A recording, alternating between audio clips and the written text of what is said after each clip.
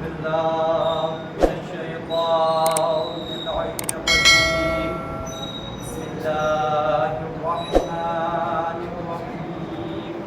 الحمد لله الذي هدانا لهذا وما كنا لنهتدي لولا أن هدانا الله. لقد جاءت رسل ربنا بالحق.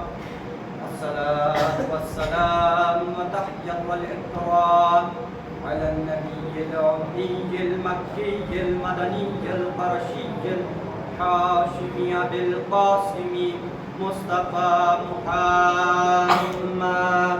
اللهم صل على محمد وأهل بيته الطيبين الطاهرين المعصومين المظلومين المنتجبين المنتخبين الحر الميامين. ولعنة الدائمة على أعدائهم أجمعين وغاصب حقوقهم ومنكر فضائلهم والشاكين فيهم ومنحرفين عنهم إلى قيام يوم الدين. أما بعد فقد قال الإمام علي عليه السلام: بسم الله الرحمن الرحيم. سفيرك ترجمان عقلي. صلوات على محمد وآل محمد. اللهم صل على محمد وآل محمد. معزز طلاب اکرام، آج کی اس عشرہ محرم کی پہلی مجلس سے آپ حضرات کے